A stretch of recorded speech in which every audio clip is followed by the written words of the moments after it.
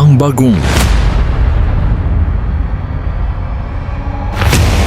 James Santos' Channel.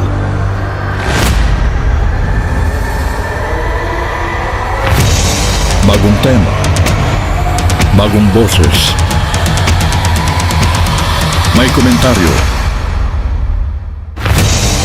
Ang pangangaral ni Brother Eli Soriano.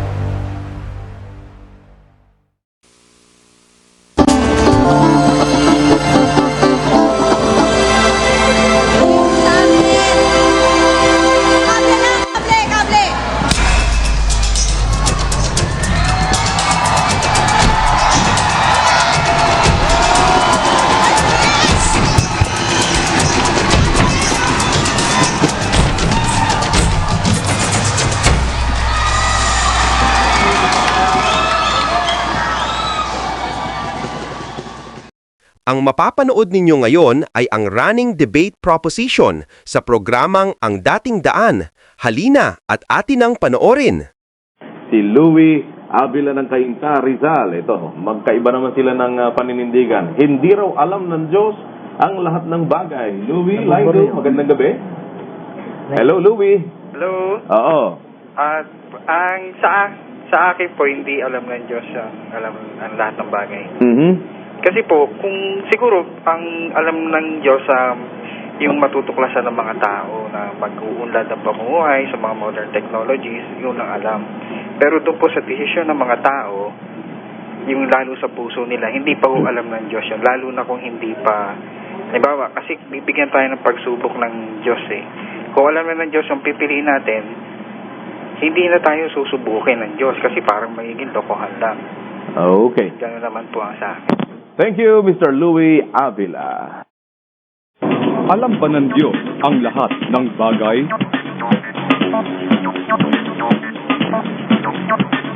Lahat po ng bagay magagawa po ng Diyos. Magagawa ng Diyos dahil siya ang may lang ng langit at lupa at ng buhay natin eh. Alam niya, siyempre. Siya yung may gawa sa atin. Siya yung likha eh. Walang iba eh. Naniniwala ako na lahat ng bagay alam ng Diyos kasi unang-una siya yung gumawa ng siya yung nag-create ng di ba, ng unang-unang liwanag. Tapos lahat ng bagay dito na nakita sa kapaligiran natin ngayon at siya rin ang gumawa sa atin. Hindi po. Kasi po habang hindi ka pa po nagdidesisyon, hindi naman po pinapakailaman ng Diyos yun eh. Saka katulad nung sa City 31 po ng Jeremias, yung mga kasamaang ginawa ng tao doon, po yun yung hindi naman po alam ng Diyos yun eh. Sabi niya hindi pumasok sa kanyang pag-iisip eh. I believe in God, and I also believe that He is all-knowing, He is omniscient. Kasi theologically He is all-knowing and omnipotent. But a philosophical explanation to that would suggest that as a creator, it follows that He knows what He creates. That's why He is all-knowing. Opo. Alam po. Bakit po? Alam po lahat ng bagay-bagay. Kasi Diyos po siya eh. Nalalaman niya ang nangyayari sa lupa at sa langit. Pag naniniwala ako na ang Diyos ay alam ng lahat ng bagay, no? Dahil unang-una, ako ay naniniwala na tayong lahat ay galing sa Kanya. Ang lahat ng nakikita natin, lalo na yung mga bagay-bagay na natural, ang pinagmulan niya ay walang iba kundi ang Panginoon. Hindi ako naniniwala na alam ng Diyos lahat. Primarily because it follows it. Kasi I don't believe in God. I don't believe in metaphysical beings. Kasi I believe na you cannot reason outside something na beyond reason. Kasi any metaphysical being is outside reason. So I think it's a form of irrational, believing in irrational things. So primarily, kung wala kang concept ng God, hindi ko siguro masasagot directly yung question mo. Kasi diba, your question is, if God knows everything, and since I don't have a God, so primarily it follows na I don't believe in God, so there's no God who knows everything. Feliza Gacela ng GMA Cavite, ex-Catholic. Magandang gabi po. Magandang gabi po. Opo. Paniniwala nyo, alam ng Diyos lahat ng bagay. Oo, dahil siya ang lumikha ng lahat ng bagay. At saka nakasulat din sa Biblia na ultimong sa kaloob-looban ng buto natin, nalalaman niya. Dahil sa panunod ko kay Brother Eli, marami akong natutunan sa kanya. natutunan ko na ang hindi lang alam ng Diyos ay yung wala pa sa puso natin. Maraming salamat po, Felisa Gacela. At sabi naman ni George Cruz ng San Mateo Rizal, line 3, hindi raw alam ng Diyos lahat ng bagay. George, magandang gabi. Hello? Opo. Hello, good evening. Good evening. Ano po ang dahilan ninyo? Hindi ko kayo marinig. Ano po ang batayan ninyo? Bakit hindi kayo naniniwalang alam ng Diyos lahat ng bagay? Hello, sapagkat ako po ay naniniwala ng Diyos ay may limitasyon. Wala siya sa lahat ng dako. Lahat ng bagay, may mga bagay siyang hindi kayang gawin. Therefore, hindi lahat ng bagay ay alam niya. At saka, if God had known everything, He could have anticipated that Adam and Eve would disobey His order. At kung alam niya lahat ng bagay, lalabas na lahat ng bagay ay nakatakda. Subalit ito hindi nakatakda, aksidente lang. Pati ang paglitaw ni Kaeli Soriano, aksidente lang yan bago siya maging mangaral. Salamat po. Sige po. Okay. Nandito po sa ating himpilan naman sa studio ng SBN 21, si Raymond Azur, Melicio Sindico at Elizer Orzales na naniniwalang hindi alam ng Diyos ang lahat ng bagay. At titindigan naman ni Edmund de Gras, ni Romer Abella ng PNU at ni Percival de Guzman ng TUP na alam ng Diyos ang lahat ng bagay. Umpisahan natin ang salpukan. Bigay muna natin sa affirmative side. Edmund, Romer, Percival, sabi nyo alam ng Diyos lahat ng bagay. Bakit? Magandang gabi po. Kami po sa side nito naniniwala po kami. Naniniwala po kami na nalalaman po ng Diyos ang lahat ng bagay. Ang isa po sa talata mababasa po natin sa Jeremias 17:9, ganito po ang nasasabi. Ang puso ay magdaraya ng higit kaysa lahat ng mga bagay o nabagay.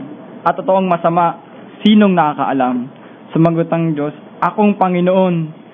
Makikita po natin dito sa talatang ito na yung puso, subsided siya ng bagay. Therefore, yung bagay, undergo siya ng puso, nasa classification siya ng bagay. And sabi dito sa talatang ito, ang puso ay magdaraya ng higit kaysa lahat ng mga bagay o nabagay at totoong masama. Sinong nakakaalam? Yun po. Okay. Any reaction from the negative side?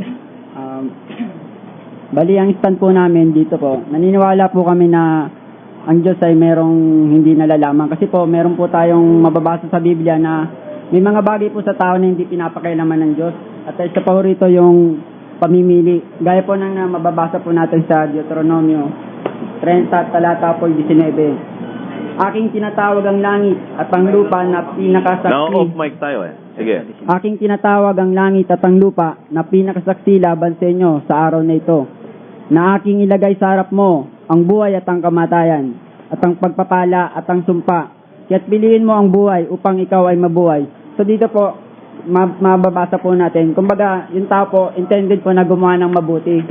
At saka yung bagay po na hindi pa pumapasok sa puso ng tao, yun po yung hindi pa pinapakialaman ng Diyos. Kasi po nung sa panahon po ni Noe, meron po mga tao na lumabag. At ito po yung mababasa natin sa sa Genesis 6. At ang talata po 5 patuloy.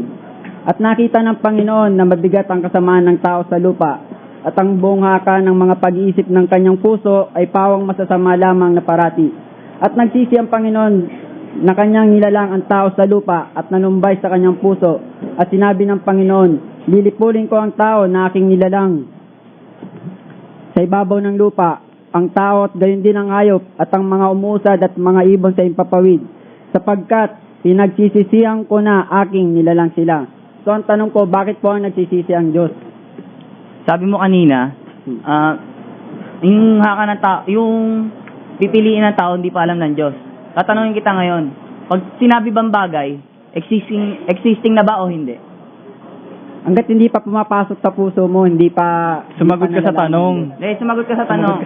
Pag sinabi bang bagay, existing na o hindi? Magkaiba po, kaya po tayo binigyan ng free will dahil nagdidikit. Okay. Tanong ko. Yes or no lang. Yung tanong niya, sasagot ka lang ng yes or no. Yun bang, paano yung tanong mo? Yung bang hindi pa existing, bagay na ba yun o hindi pa? Pag sinabi bang bagay, existing na o hindi? Existing na. Existing na. Paano mo patutunayan sa akin yan?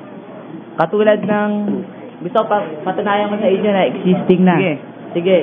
Basahin natin sa Basahin natin. Sa 3. Ako magtatanong. Sa 3 at 20. Sapagkat kung hinahatulan tayo ng ating puso, ang Diyos ay lalong dakila kaysa ating puso at nalalaman niya ang lahat ng mga bagay. O tatanungin kita ulit. Alam ba ng Diyos ang lahat ng bagay? Sabi mo kasi, papatunayan ko muna, di ba?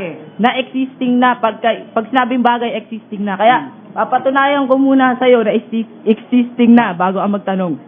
Ngayon, dito sa talatang ating nabasa, sabi, sapagkat kung hinahatulan tayo ng ating puso, ang Diyos ay lalong dakila kaysa ating puso at nalalaman niya ang lahat ng mga bagay.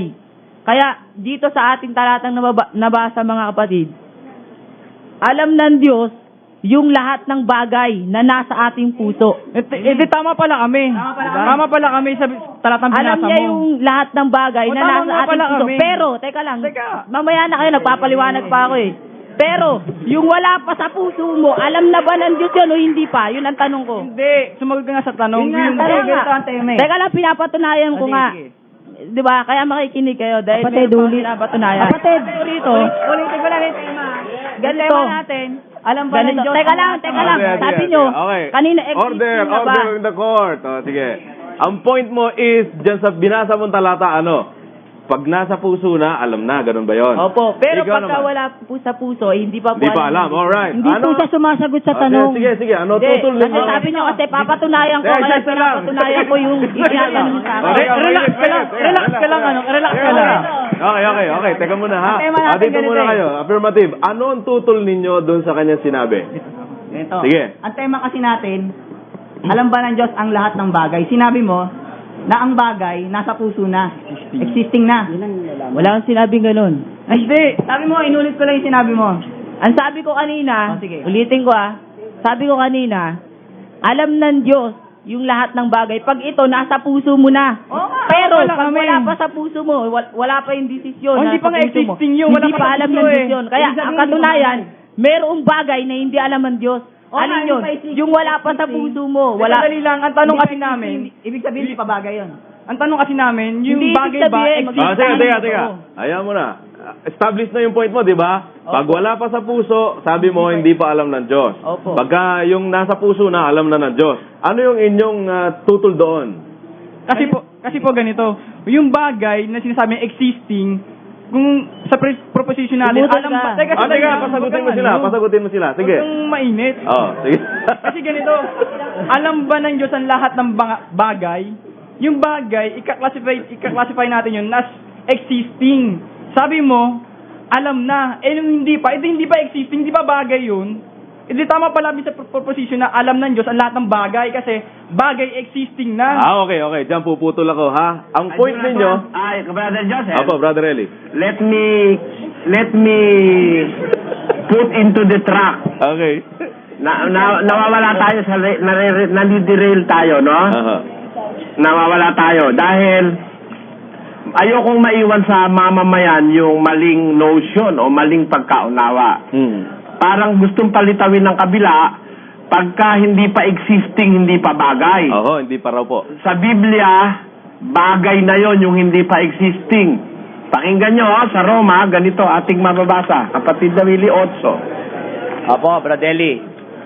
Roma 8. Ito po ang sinasabi dito po sa 8:37. ito po ang nakasulat. Hindi.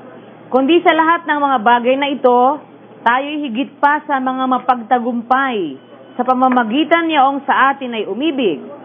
Sapagkat ako'y naniniwalang lubos na kahit ang kamatayan man, kahit ang buhay, kahit ang mga anghel, kahit ang mga pamunuan, kahit ang mga bagay na kasalukuyan, kahit ang mga bagay na darating, kahit ang mga kapangyarihan. Kaya napansin niyo yung salita ni Pablo, kahit ang mga bagay na kasalukuyan, kahit ang mga bagay na darating, o di hindi pa existing, bagay na ang tawag ng Biblia.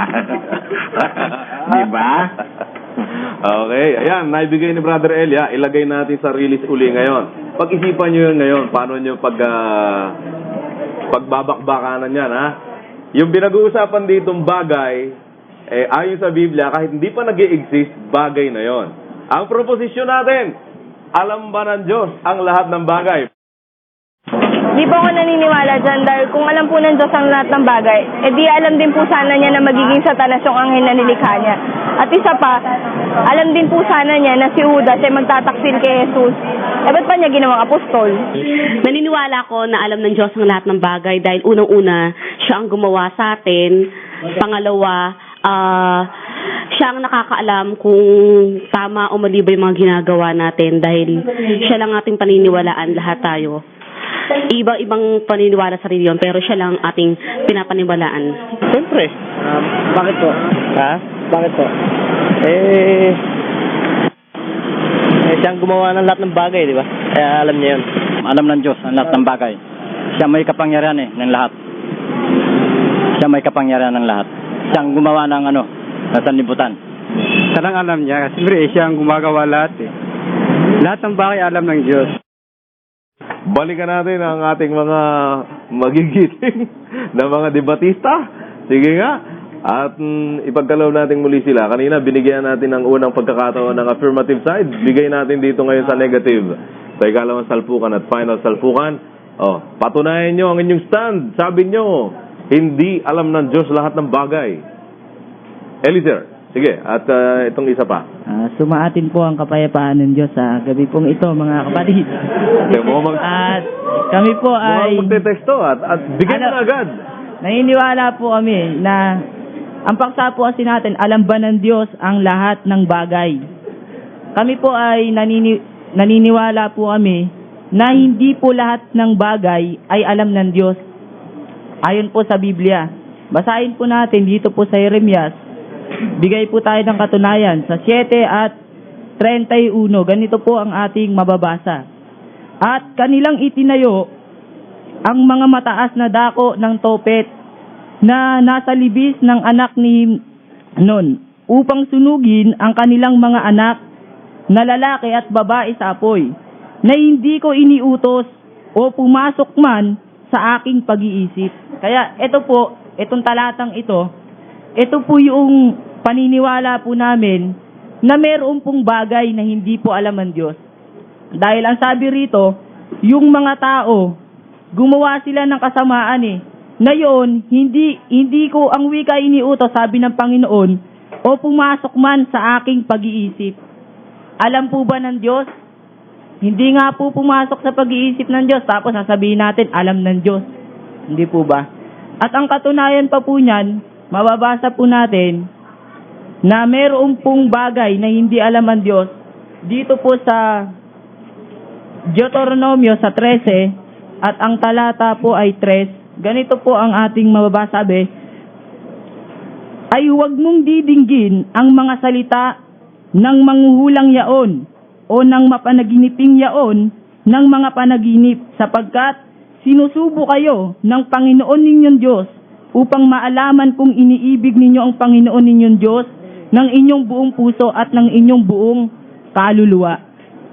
Ito po sa Deuteronomio sa 13 at 3, sabi, sinusubok ang wika kayo ng Panginoon ninyong Diyos upang maalaman kung iniibig ninyo ang Panginoon ninyong Diyos. Kung alam na po pala lahat, kung alam na po pala ng Diyos ang lahat ng bagay, bakit niya pa susubukin yung kanyang mga lingkod? Okay, pasagot natin sa kanila. Romer at saka Edmund. Magandang gabi po ulit. Yung kayo ng argumento po, yung bagay, saka po doon yung future events. Meron po ipapakita kahit future events po, alam po ng Diyos. Ito po, mababasa natin sa Jeremias 1. Hayaan mo muna siya. Sige, tapos na yung oras mo. Sa Jeremias 1.5. Ganito po sinasabi sa Jeremias 1.5. Bago kita inanyuan sa tiyan, ay nakilala kita. At bago ka lumabas sa bahay bata, ay pinagpaging banal kita. Inahalal kitang propeta sa mga bansa. Ito po, dito po sa talatang ito, alam po natin sa conception po ng bata, within 14 days po, doon pa lang bumubuo yung puso. At dito po sa talatang po ito, bago pa lang, hindi po existing yung puso dito, similya pa lang yung yung si Jeremias, nakilala na ng Diyos. Meaning to say, meron kahit future events sa alam ng Diyos. Katunayan po, nasa Mateo 24:36, ito po mababasa. Ngunit tungkol sa araw at oras na yaon, walang makakaalam, kahit ang mga anghel sa langit, kahit ang anak, kundi ang ama lamang. Isa pong ito pinapakita na kahit future events, meron po tayong mapapakita na alam ng Diyos yung mangyayari sa darating pa. Therefore, yung isang bagay na kahit future events, alam na mismo. Kasi Ang point mo, yung sinasabi mong future event, yung hindi pa nag-exist, ganun ba hindi pa yun? nag-exist. Kasi po ito, araw at oras na tinutukoy dito na yun mismo ay alam ng Diyos. Salamat po. Sige, counter. Brad, babalik ko lang sa iyo yung talatang binasa mo. Itatanong ko lang sana sa iyo kung naniniwala ka bang Diyos si Kristo? Oo naman. Oo. Ngayon, nung nasa lupa siya mismo umamin. Tinanong siya ng mga apostol kung kailan siya babalik. Ang sabi niya, ngunit tungkol sa araw at oras na yaon, walang makakaalam, kahit ang mga anghel sa langit, kahit ang anak, kundi ang ama lamang. So dito, si Kristo mismo, maamin siya na meron siyang hindi alam na nandito siya sa lupa. Si Kristo po yun, hindi diba ang Diyos Ama sa langit. Ang tinutukoy po natin dito, Diyos Ama sa langit na Iba mismo. po si Kristo sa Diyos Ama sa langit. Mito si tama kami, no? Sabi mo, Diyos, si Kristo. Wala naman kayo sinabi. Sandali lang po, si Kristo po ay Diyos, hindi si Kristo ang Diyos. Pero ang punto natin dito, meron bang hindi alam ang Diyos? May nabasa naman tayo, meron Yung Ama po ang sabihin mo, hindi Paano po mo yung anak. masasabing kompleto ang isang bagay kung merong kulang? Ngayon, sabi mo lahat, meron nga tayong mababasa na hindi kasama Ang din sa sinasabi lahat. mo nga po, yung anak, hindi po yung ama. Doon ka mag-instick sa ama, hindi sa anak. Kasi React, general sige. kasi ito eh. Sige. Diba? Tandaan nyo, yung pinag-uusapan natin, alam ba ng Diyos ang lahat ng bagay? Pero kung gusto mong paksa, yung alam ba ng Diyos Ama ang lahat ng bagay, pwede kami dyan. Iintindihan namin yan. Ngayon, binasa nyo Sige, kanina. basta. Teka muna, mga boping, ha? Focus tayo. Focus tayo. Doon sa talagang tema. Huwag muna kayong gumawa ng ibang proposisyon. Meron tayo. Nandito kayo sa running debate, ha? Wala kayo sa sarili niyong debate. Doon tayo sa talagang proposisyon natin. Alam ba ng Diyos lahat ng bagay? Si Melesio may sasabihin Kung alam ng Diyos ang lahat ng bagay, bakit pa siya gumawa ng bagay na kagugulo ng buong mundo? Di ba ang Diyos hindi Diyos ng kaguluhan, kundi Diyos ng kapayapaan? Yun lang po ang... sagutin nyo. Sagot! Punto. Alam mo po, ito po masasabi ko kung bakit po kami naniniwala na alam po ng Diyos ang lahat ng bagay. Kasi po sabi po sa Juan, sa unang Juan 2:20, sabi ni Juan, at kayo'y may pahid ng banal, at nalalaman ninyo ang lahat ng bagay. Tinutukoy pa lang po dito yung pinahiran. Hindi pa po tinutukoy dito yung nagpahid. Dito pa po sa isang talata ng Juan, sa 21 naman po at 17, sinabi naman po ni Pedro, Panginoon, nalalaman mo ang lahat ng bagay. Si Kristo pa lang po yun, hindi pa po yung Ama sa langit. Ano pong katunayan na alam na ng Diyos? Hindi mo pa nga hinihingi eh. Sabi po rito sa Mateo. Sa Mateo 6 at 7 po, ganito po ang sabi. Inyo pong pakinggan, mga kapatid. At sa pananalangin ninyo ay huwag ninyong gamitin ang walang kabuluhang paulit-ulit na gaya ng mga ginagawa ng mga hintil. Sapagkat, may dahilan po. Ano po dahilan? Sapagkat iniisip pa lang ninyo, Sapagkat, maliwanag po, bago ninyo hingin sa Kanya, alam na po ng Diyos. Bakit? Kaya hindi na dapat tayo manalangin tulad ng mga Katoliko na paulit-ulit. Kailangan lang, direkta mo na kagad dahil hindi mo pa man sinasabi, hindi mo pa binubuka yung bibig mo, alam na ng Diyos yun. Kaya alam ng Diyos lahat ng bagay.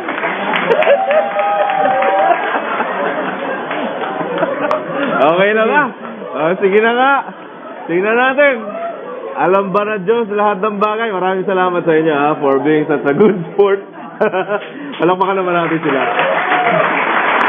Nag-research pa sila. Nag-research pa sila para talagang maipaglaban nila yung kanilang paninindigan hinggil sa ating proposisyon. At itanong na natin kay Brother Eli, Sa ating pong proposisyon, sa ating running debate, Brother Eli, alam po ba ng Diyos ang lahat ng bagay? Pag sinabing lahat ng bagay, ibig sabihin nun, past, present, future. Diba? Sa Biblia, kung sa konteksto ng Biblia natin titignan, kasi pati yung mga dapat nating i-consider na yung salitang dumadating pa lang, bagay pa rin yun eh. Even things which are not yet existing, bagay pa rin yun. Bagay pa rin yun. Ha? Kagaya halimbawa nung nasa unang Korinto 2:9. Ang sabi ganito. 2:9. Datapwat gaya ng nasusulat, ang mga bagay na hindi nakita ng mata at ni narinig ng tainga, ni hindi pumasok sa puso ng tao, anumang mga bagay na inihanda ng Diyos sa kanila na nangagsisiibig sa Kanya. Ayan, mga bagay yan na hindi pa nakita ng tao, hindi pa narinig ng tainga, hindi pa nakita ng mata, hindi pa pumasok, hindi pa na-conceive ng puso ng tao. Yung mga inihahanda ng Diyos sa nagsisiibig sa Kanya. These are things to come. Mga bagay na wala pa. Pero ang tawag dyan bagay. Ngayon kung i-consider natin yung salitang bagay sa Biblia, no? Pati yung puso natin, pati yung nasa puso, bagay din yun eh, kapatid na Josel eh. Opo. Kaya lang, dapat maging matalino tayo sa ating proposisyon. Bago tayo magbigay ng konklusyon. Alam ba ng Diyos ang lahat ng bagay? Ganito yon. Gusto kong maintindihan ng ating mga kababayan na ang Diyos ay pag-ibig, justisya, eksakto, at Diyos na liberal. May kalayaan siyang ibinibigay sa tao. Alam niya ang bagay na nasa tao. Pero meron siyang ibinigay sa tao na hindi niya pinapakialaman. Halimbawa, yung ating choice, yung freedom to choose. Binigyan niya tayo ng kalayaan to choose between good and evil. Yung gusto natin, pwede tayo. Actually, we were made in the image and likeness of God. Sabi ng unang aklat ng Biblia sa Genesis 1:26, nilalang ng Diyos ang tao ayon sa kanyang larawan, ayon sa kanyang wangis. Ang sabi. We have a part of God in our being. Sana napansin niyo ang sinabi ko. Meron tayong bahagi ng kadyosan sa ating pagkatao, sa ating pagkakalalang. Something in God was given to us. His image and His likeness is present in our being. Kaya sa punto na yan, binigyan tayo ng Diyos ng kapangyarihan, ng power to do things that we want to do.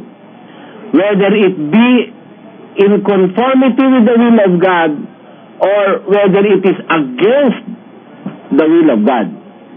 Ngayon, ang hindi pinapakialaman ng Diyos na sinasabi ko, yung pag ikaw ngayon ay pipili, hindi kanya pupwersahin eh. Bibigyan kanya ng free hand to choose.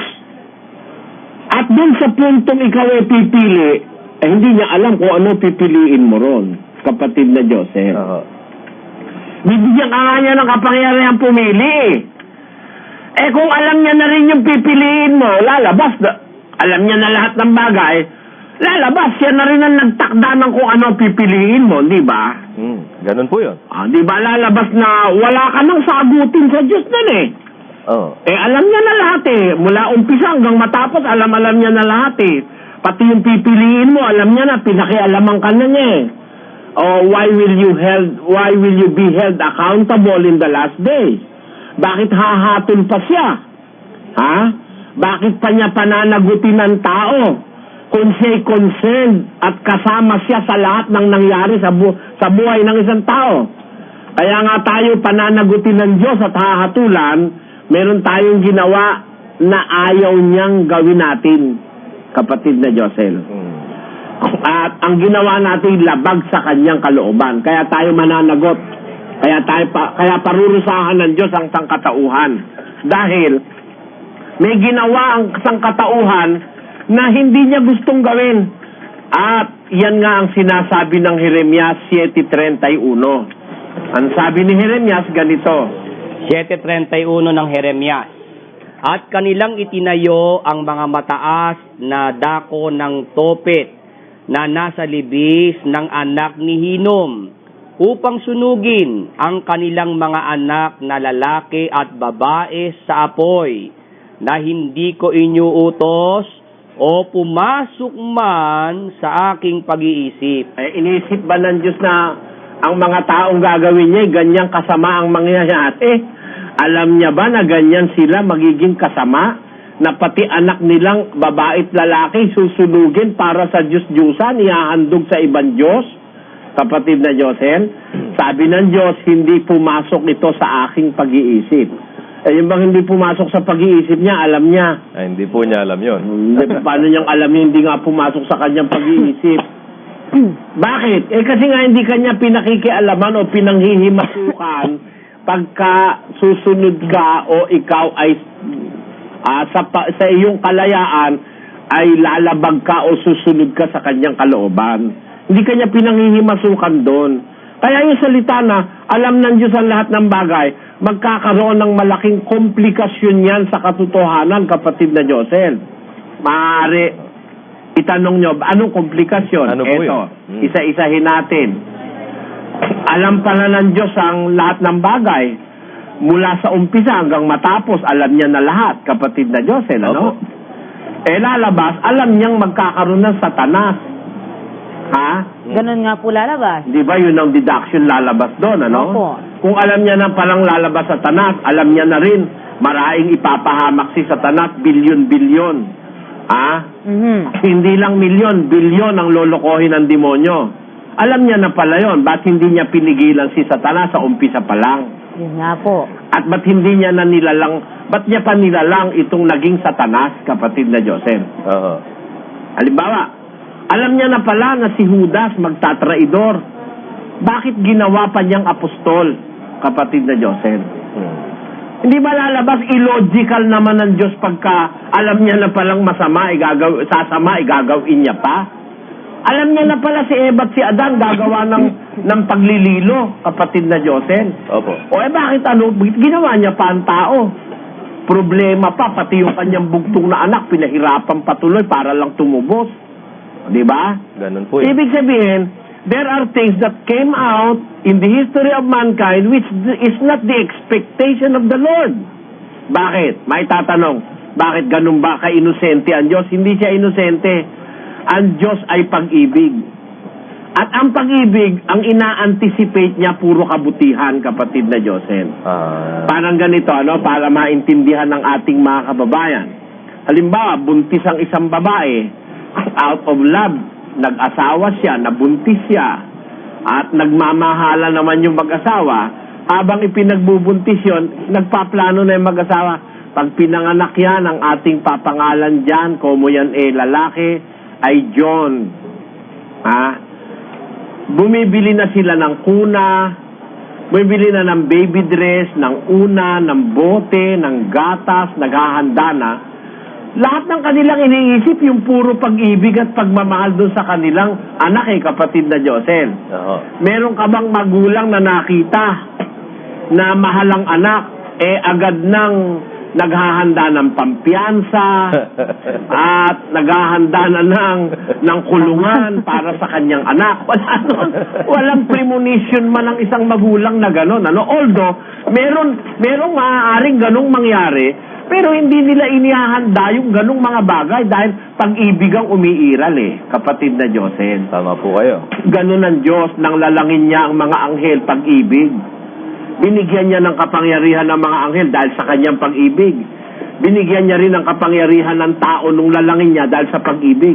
Pero hindi gusto ng Diyos na ang anghel ay sumama. Kaya lang, alam ng Diyos na maaari silang sumama. Ang tao, alam din ng Diyos na maaaring sumama. Pero hindi itinatakda ng Diyos ang isang tao na sumama. Halimbawa, parang si Judas maging Judas o kaya si Satanas maging Satanas. Hindi kinalaman ng Diyos yun, kapatid na Joseph. It is not God's doing. It is the doing of the person na binigyan niya ng kapangyarihan. Kasi meron nga tayong a touch of God in our being eh. Meron tayong wangis ng Diyos sa ating kalagayan. Maging ang mga anghel. Ang mga anghel, meron din silang free will, kapatid na Joseph. Opo. Kaya, kung sila may sumama, hindi kinalaman ng Diyos doon. Walang kinalaman ng Diyos doon. Gawa ng kanilang sarili yon. Desisyon nilang sarili yon. At habang hindi sila nagdidesisyon, hindi naman humahatol agad ang Diyos. Hindi niya pa alam eh. Di ba? Kung sila'y sasama o hindi, kung sila'y lalabag o hindi. Ang alam ng Diyos, ang possibility na po pwedeng kumain si Eva at si Adan. Pero, hindi niya agad hinahatulan si Adan na siya'y kakain o hindi kakain. Nilagay niya lang yung possibility, but the decision is up to Adam. Di ba? Ganon din naman sa mga anghel. Maaaring ang anghel ay sumama. Maaaring ma-anticipate ng Diyos yun. Pero hindi niya pinipinpoint kung sino sa mga anghel yung sasama. Hindi niya pinakikialaman yung bahala silang mag-decide. Yun ang puntong sinasabi ko na hanggang hindi nagdi-decide yung anghel o yung tao as to what course he's going to take, ang Diyos naghihintay. Hindi niya pinangungunahan ang tao, kapatid na Joseph. Hindi niya pinangungunahan. Kaya sa punto na yun, masasabi natin, hindi niya pinakikialaman yung punto na yun. Ang katunayan, kaya nga siya sumusubok eh. Sabi sa 13:3 ng Deuteronomio, pakibasa, kapatid na Willie. Ito po ang sinasabi sa 13:3 Deuteronomio. Sapagkat sinusubo kayo ng Panginoon ninyong Diyos. Basahin mo ng kumpleto. Ito po ang sabi sa 13:3. Ay wag mong didinggin ang mga salita ng manghuhulang yaon o ng mapanagiping yaon ng mga panaginip, sapagkat sinusubo kayo ng Panginoon ninyong Diyos upang maalaman. Bakit ba may pagsubok ang Diyos sa tao? Sinusubo kayo ng Panginoon ninyong Diyos upang maalaman. Alam niya na ba bago ka pa subukin? Hindi pa po. Kaya nga sumusubok siya para malaman eh. Kung alam niya na pala, ba't naman siya susubok pa? Ano siya? Niloloko niya sarili niya? Masama ang pagkakilala sa Diyos nitong ibang mga tao. Alam niya na pala lahat ng bagay, susubukin ka pa. Ba't ka pa susubukin eh? Alam niya na rin lang naman. Hindi ba? Kahit ano naman ang mangyayari, ganun din naman pala mangyayari. Ba't susubukin ka pa niya eh? Alam na pa pala niya ang wakas mo hanggang mula sa umpisa eh. Illogical mangyayari. Kaya nga sinusubok para malaman. Kasi, kaya ganun, ang proseso ng Diyos para malaman niya kung umiibig ka sa Kanya, kaya niya ginagawa kasi nga hindi Kanya tinatakdaan eh. Meron ka nga kalayaan pumili. At there lies the thing which He doesn't know before you choose. Nandun yung bagay na hindi niya alam dahil binigyan niya ka ng kalayaan pumili. Doon sa point na pipili ka at magdidesisyon ka, hindi siya nakikialam, hindi siya nangimasok. Yun ang hindi niya alam, yung punto na yon. Sa tao man o sa anghel man, binigay ng Diyos yung pamimili sa'yo. Hindi niya pinakikialaman yon. Ngayon, pag pumili ka na, natural alam niya na. Pero kaya kanya sinusubok para maalaman niya, sabi. Ang katunayan nga, si Abraham nung subukin ganito pangyayari sa Henesis pakinggan niyo. Sabi po sa 22:10, patuloy ng Henesis. At iniunat ni Abraham ang kaniyang kamay at hinawakan ang sundang upang patayin ang kaniyang anak. At sa kanya'y sinabi, huwag mong buhatin ang iyong kamay sa bata o gawan man siya ng anuman, sapagkat talastas ko ngayon na ikaw ay natatakot sa Diyos, sa paraang hindi mo itinanggi sa akin ang iyong anak, ang iyong bugtong na anak. Maliwanag, talastas ko ngayon. bakit kailangan pasubukin si Abraham, kapatid na Josel, ha? Biro mo, layo na nilakbay nung mag-ama. Matanda na si Abraham nun. Pumunta sa bundok ng Moria, tapos daladalay kahoy na pansunog kay Isaac. Pinahandog sa kanya ng Diyos yung kanyang anak na si Isaac, eh. Nung papatayin niya na, sabi ng Diyos, huwag mo nang buhatin yung kamay mo sa bata o gawan man siya ng anuman sapagkat talastas ko ngayon. Alam ko na ngayon. Na natatakot ka sa Diyos. May before that, kaya niya sinugok para makita niya yung integridad ni Abraham bilang servant. Kaya talastas ko ngayon. Kailan niya alam? Nung si Abraham ay magdesisyon, kapatid na Joseph. Pati na mo, ang isa pa, hindi ba ipinakita na sa Biblia kung ilan ang maliligtas, kapatid na Joseph, ano? Opo. Sa Israel, 144,000. Pero sa Gentiles, mapapansin mo, walang bilang. Open kung alam na niya lahat ng bagay, kung alam niya na kung si ilan lahat ng susunod, dapat may bilang na. Di ba? Walang makabilang eh. Sa Apokalipsis, tinatanong sa pangit ay iniwan. Ilan ba yan? Sino-sino ba yan? Saan ang galing? Hindi ka mabilang ng sino man, ang sabi sa Apokalipsis eh. Bakit? Hindi kasi pinanghihimasukan ng Diyos kung sino yung mga magiging dapat sa Kanya. Hindi niya pinanghihimasukan ng desisyon nila eh. Pag sumunod ka, tatanggapin ka niya. Pag hindi ka sumunod, mapapahama ka. The proof na hindi pa nga niya alam kung ilan ang susunod, kung ilan ang desisyon kasi ng tao yun eh. Bigay niya yun sa tao eh. Kaya hindi niya pakikialaman yun eh. Kaya pag ang tao nagdesisyon, sa kanya lang malalaman. Tingnan mo sa Bible, wala pang nakasulat kung ilan ang maliligtas na mga hintil, kapatid na Joseph. At hindi nga pwedeng kontestahin nga yun, ano?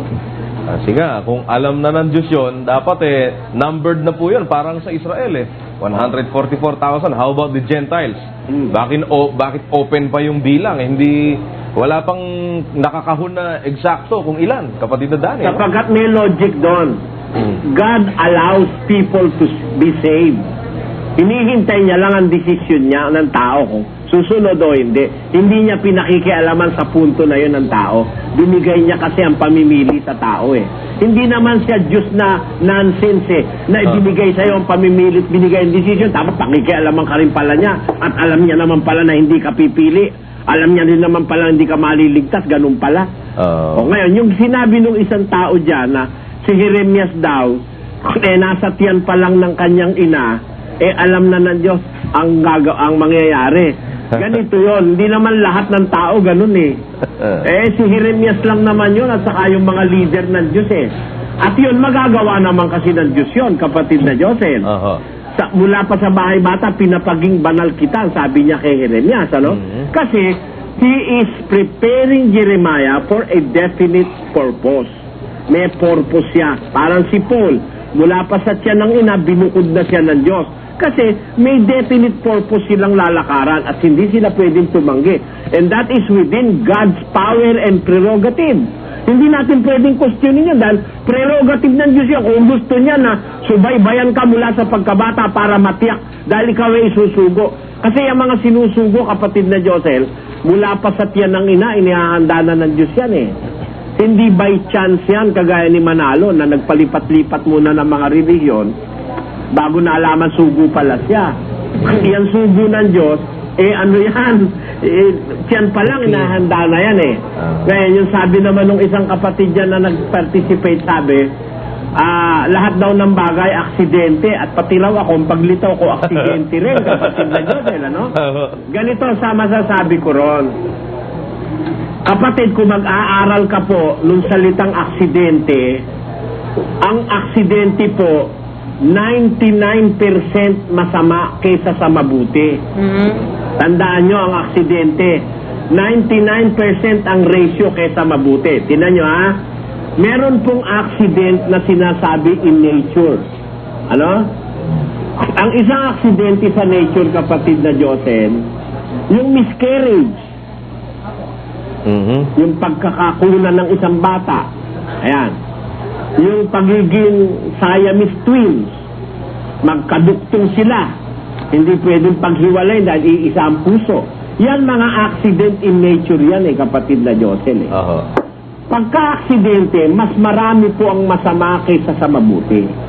Tingnan mo, aksidente sa daan, karamihan fatal, di ba? Karamihan nakakasakit. Yun ang mga aksidente. Pero, ang mga bagay pong matutuwid, mabubuti, harmonious, perfect, hindi po yan accident, yan ay intended to happen. Yan ang dapat maintindihan. Ano ang ibig ko sabihin? Meron din naman kasing aksidenteng mabuti, kapatid na Diyos. Kaya lang, konting-konti lang yon. Halimbawa, yung pagkakadiscovery ng penicillin, aksidente yun. No? Halimbawa, kapatid na Diyos, yung paglabas ng mutation, yung mutant, aksidente yun ng nature. Pero ang mutation, napakaliit ng porsyento ng beneficial kaysa sa harmful. Oo, halimbawa, yung mutation ng mga palay, ang may benepisyo nun pero napaka-slim. Pero yung masama, malaki ang chances. Kaya kung pag-aaralan mo yung salitang aksidente, chances are pag-aksidente, mas maraming masamang resulta.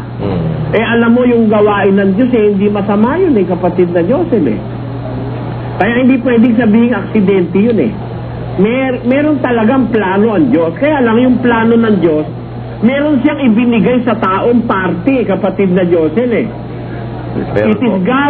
It is God who wants these things. Sinabi niya, I want this, I want this, I want this, I want that. Sabi ng Diyos.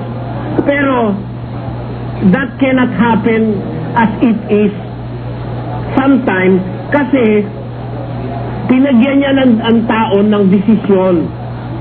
Ang tao pwedeng magdesisyon sa kanyang pansarili. He can even go against God's will. Kaya nga ang tao, pagdating ng panahon, mananagot sa Diyos. Yun ang central point ko, kapatid na Josel, na may hindi pinapakialaman ng Diyos. There are things that happen on this earth that is not the real intended thing by God to happen. Nakapasok yung kapangyarihan ng tao. At yun ay bigay ng Diyos yun na ang tao'y makapamili. Sa punto ng pamimili, hindi ka pinapakialaman ng Diyos. Kaya lang alam ng Diyos pag nasa puso mo na, pag pinili mo na.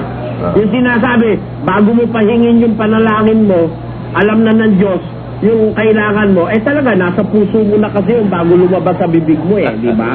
Nasa puso na yung kaya alam niya na.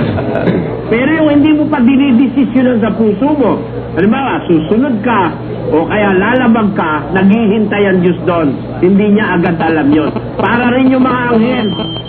Nung likhay niya ang anghel, nilikha niya sa pagmamahal at pag-ibig. Pero hindi niya iniisip na magre-rebelde silang kakalabanin pa nila ang Diyos. Wala sa isip ng Diyos yun sa umpisa. Sapagkat kung nasa isip na ng Diyos yun, magiging nonsense naman siya. Dahil bakit niya pa nilalang? Ito pala'y maggagagot, magre-rebelde, kapatid na Diyos. Yan ang punto dyan. At pinapatunayan niya ng talata ng Biblia na ang Diyos may hindi pinakikialaman yung desisyon ng tao kung susunod o kung hindi. Sinusubukan niya lang ang tao para malaman niya kung siya'y talagang tapat at magtatapat hanggang wakas. Ganyan yan, kapatid na Joseph. Ating kokomentuhan ang napanood nating proposition kung alam ba ng Diyos ang lahat ng bagay. Sa napanood natin, maski si Brad Ellie ay nagpapatunay na kaya niyang alamin ang lahat ng bagay. Pero sinasabi lang ni Brad Ellie na mga special occasion lang yon at hindi para sa lahat. Ang tanong, bakit alam ng Diyos ang lahat ng bagay? Una, siya ay Diyos na makapangyarihan sa lahat, nalalaman niya at nakikilala niya ang bawat na kanyang nilikha. Alam ng Diyos ang lahat ng nangyayari, nakikita niya ang lahat ng gawa ng tao, mabuti man o masama. Alam niya ang nakaraan, kasalukuyan at darating. Kokomentuhan natin ang mga talatang pinagbatayan kung bakit hindi daw alam ng Diyos ang lahat ng bagay. Ang kokomentuhan natin ay ang nasusulat sa Jeremias Kapitulo 7, versikulo 31. At kanilang itinayo ang mga mataas na dako ng Tophet na nasa libis ng anak ni Hinnom upang sunugin ang kanilang mga anak na lalaki at babae sa apoy, na hindi ko iniutos o pumasok man sa aking pag-iisip. na out of context sila dito dahil sa nabasang pumasok man sa aking pag-iisip. Sa totoo lang, may pauna ng utos diyan si Moises. Bago pa sabihin niya ni Jeremias ay 700 years nang patay si Moises. At ito ang sabi ni Moises sa Deuteronomio Kapitulo 12, versikulo 31. Huwag mong gagawing gayon sa Panginoon mong Diyos, sapagkat bawat karumaldumal sa Panginoon na kaniyang kinapupuotan ay kanilang ginagawa sa kanilang mga Diyos, sapagkat pati ng kanilang mga anak na lalaki at babae ay kanilang sinusunog sa apoy sa kanilang mga Diyos. Kung anong bagay ang iniuutos ko sa iyo, ay siya mong isasagawa, huwag mong dagdagan ni babawasan. Kaya ang nasusulat sa Jeremias Kapitulo 7, versikulo 31, wala siyang iniuutos na ganyan at hindi pumasok sa pag-isip ng Diyos na mag-utos ng karumaldumal na gawanin sunugin ang mga anak na lalaki at babae. Kaya sinasabi na sa kanila yan ni Moises upang huwag nilang gawin. At tungkol naman kay Abraham, ay sinubok siya ng Diyos kung susunod ba si Abraham sa Diyos. Dahil ang Diyos ay nalalaman niya ang lahat ng bagay, sa umpisa pa lang ng pagkakasubok ay alam na ng Diyos na susunod si Abraham. Ito ay nangyari upang ipakita sa mga sumasampalataya ang ginawang pagsunod ni Abraham sa Diyos na maski ang anak ay hindi hadlang ang katapatan ni Abraham sa Diyos. Para rin niyang si Job, ang kanyang mga anak at kanyang mga kayamanan ay hindi naging hadlang para talikuran ang Diyos, kung papaano na hindi pinahiya ni Job ang Diyos kay Satanas, at ganun rin ang Diyos kay Abraham, hindi siya ipapahiya ni Abraham. Sa Biblia, mas nakakahigit ang pananampalataya ni Abraham kaysa kay Job. Kaya huwag nating isipin na hindi alam ng Diyos ang lahat. Dito pinatutunayan na wala pa o hindi pa inaanyuhan ng Diyos ay nakikilala na niya si Jeremias. Ang sabi ni Brad Ellie ay hindi naman daw para sa lahat, kundi may special occasion. Pero nalaman pa rin, hindi ba? Kaya maski wala pa sa puso ng tao, ay kayang alamin ng Diyos ang tao. Ihalimbawa natin si Pedro.